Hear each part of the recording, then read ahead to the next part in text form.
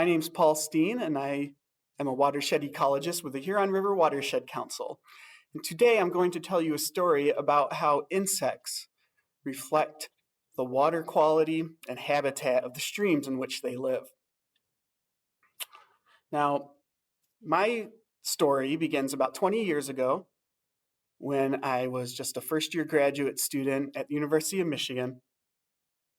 And as a field trip, we went off to the Muskegon River and spent the day looking through the big river, but also little tributaries for aquatic insects.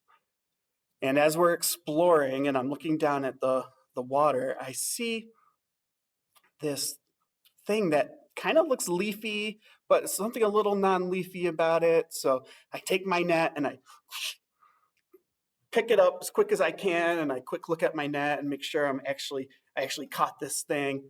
And I pull out, you can see in the picture here, and I'm not an expert at that point, and I knew it was a dragonfly, but I didn't know what else about it. So I show it to my professor, and he looks at it and says, "Oh, you caught a Hagenius." I thought it was a dragonfly, I tell him, and he says, "Yes, a Hagenius." And not wanting to look bad in front of the professor, and he was my advisor at the time, I was like, "Oh yeah, of course." But I didn't know what he was talking about. Genius? Was he saying genus? Like genus species, but that doesn't make any sense because in that context, that didn't make any sense. So I kind of walked away confused, not willing to show my ignorance. And it wasn't actually until a couple years after, when I took a more advanced class, that I realized my professor was saying the actual genus name, Hagenius brevistylis, aka the common dragon hunter. And I learned there's something special about this particular dragonfly. It's extremely sensitive to pollution. It can't stand living in creeks that have pollution in them or bad habitat or unstable water flows.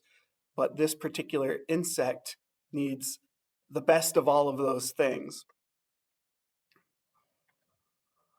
A couple years later, when I started working at the Huron River Watershed Council, I learned of another insect that was particularly interesting in that it's so sensitive to pollution. And this is the Odontoceridae, the mortar joint casemaker caddis.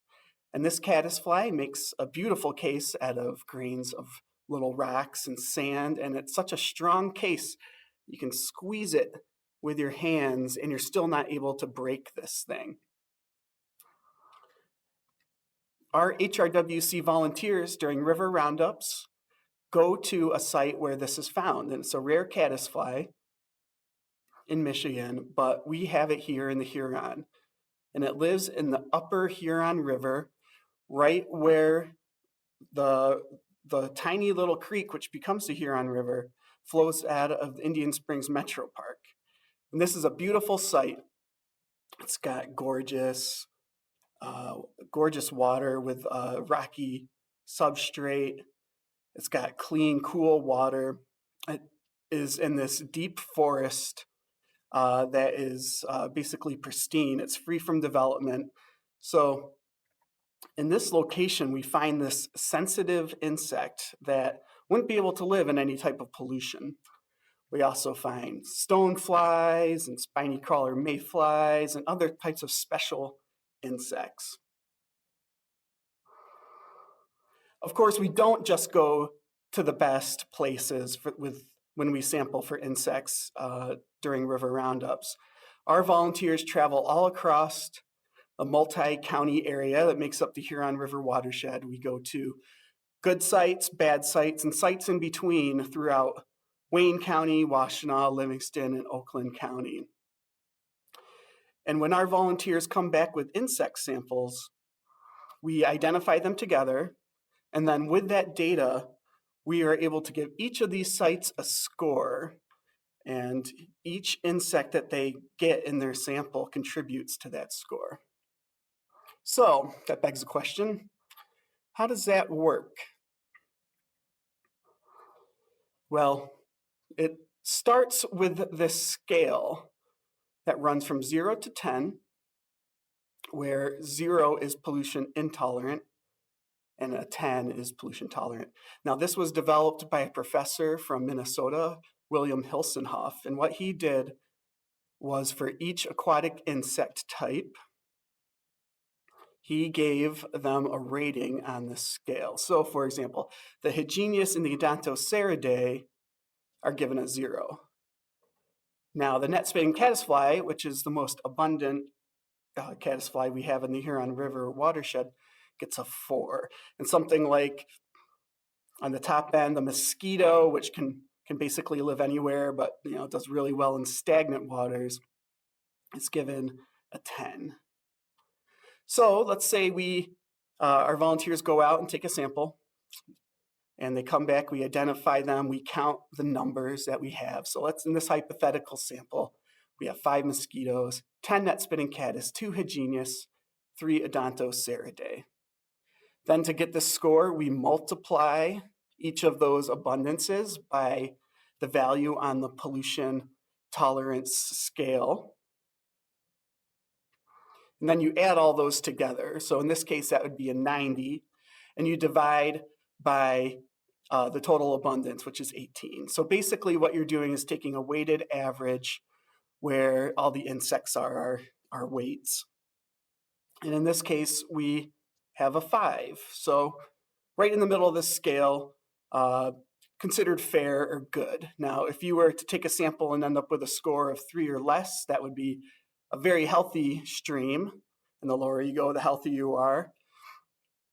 And if you end up with a 7 or higher, then you're showing a stream that is having quite a bit of degradation in its habitat and water quality. Now, I want to show some examples of across the Huron River watershed of what these scores could mean. Now, a very average place on these scores is Woodruff Creek in Brighton. Now, the reason it's average, it's a very nice place, but it also has problems, and that's really a reflection of much of the Huron River watershed. Great features, but there's still issues, and that's the norm. So this place the insects will be a reflection of that. It will have some pollution intolerant, some pollution tolerant bugs, and then a lot of the insects will be right about in the middle of that scale. Stuff like a flathead mayfly, or a net-spitting caddisfly, or black flies. That's like what we find a lot of here. And that's right about in the middle of that tolerance scale. So good things about this creek. It's in a really nice riparian area with woods. There's plenty of woody debris habitat for insects to hide in, and the water is cold. But on the other hand, upstream of this location, we have agricultural fields. We have residential neighborhoods that are contributing pollution and causing erosion. And then that fine sediment from the erosion comes down and lands in this location, covering the bottom with sand and muck. And so it's a mix. It has good features and bad features. And the insects are a reflection of that. Now, there's 2 places that actually tied for worst on our scoring system. One is heavily impacted by agriculture, and one is heavily impacted by urbanization. Now, this tributary here on Mill Creek is just a small agricultural drain. Many people would just call it a drain, but it is a stream, and it's been heavily degraded over time. And the insects are a reflection of that. We have aquatic worms that are going to be found here. Mosquitoes will be found here, leeches. These are organisms that are higher on that pollution tolerance scale. The problem with this particular creek is that it's been straightened dredged so that the water will flow off the fields as fast as possible to help with the agricultural practices. That there's also just not a lot of mixing of the water, so the oxygen levels can go down low. And the fields themselves provide a lot of nutrient runoff to the creek. So tied for worst in this position then is Miller's Creek, which is heavily affected by urbanization. This creek has also been straightened, though for a different reason. It was straightened because Huron Parkway was built alongside it decades ago, and the creek needed to be kept in a channel so it wouldn't move over and erode the road.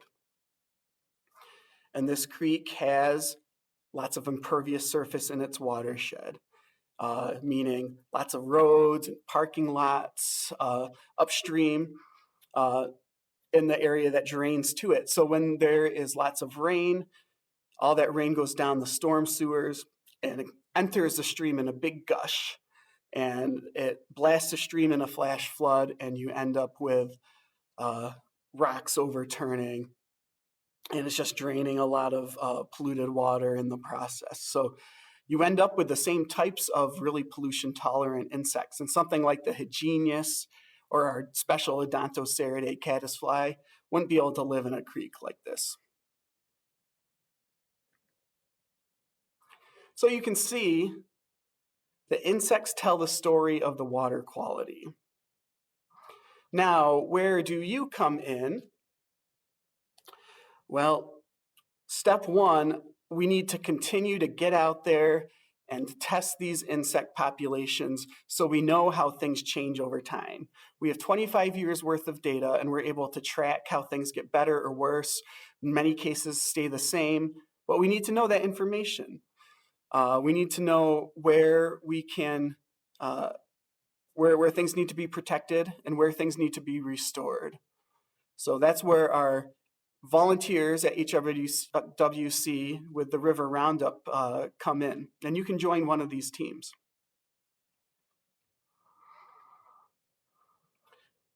The second thing that you can do is really what not to do. If you own property along a river or a creek or a lake, what you should not do is mow your lawn to the very edge of a stream. Streams need this thick riparian area, preferably 30 feet of trees and shrubs that provide shade, provide temperature cooling, provide habitat to the stream, prevent bank erosion. Now, 30 feet is a lot. If you have a small yard, maybe you only could do 10 feet. So at least strive for that much. But you can see what happens, like in this picture, someone mowed right to the edge, and we end up with erosion happening right there, just upstream of where this picture was taken. So we want our yards to look more like the left than the right when it comes to being right alongside a water body.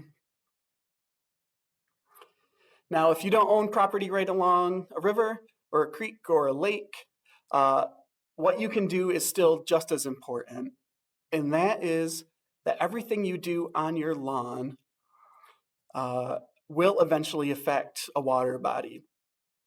So if you live in the city, stuff will go down the storm drain.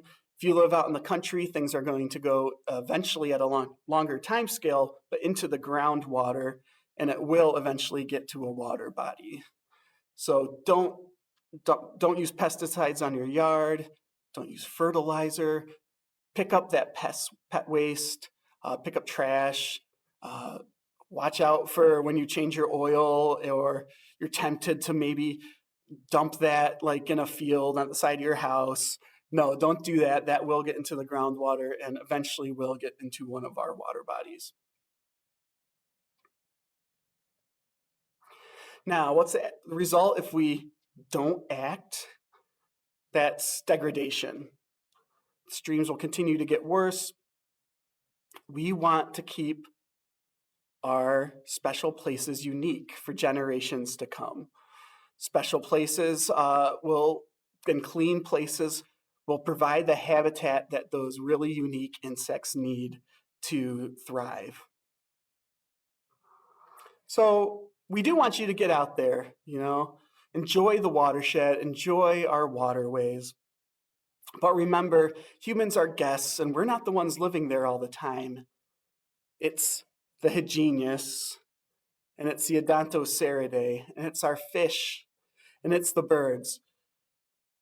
We want to keep those special places clean and unique for them, as well as our future generations. Keep them as special as we can for as long as we can. Thank you very much for listening, and I hope we get to see you again really soon.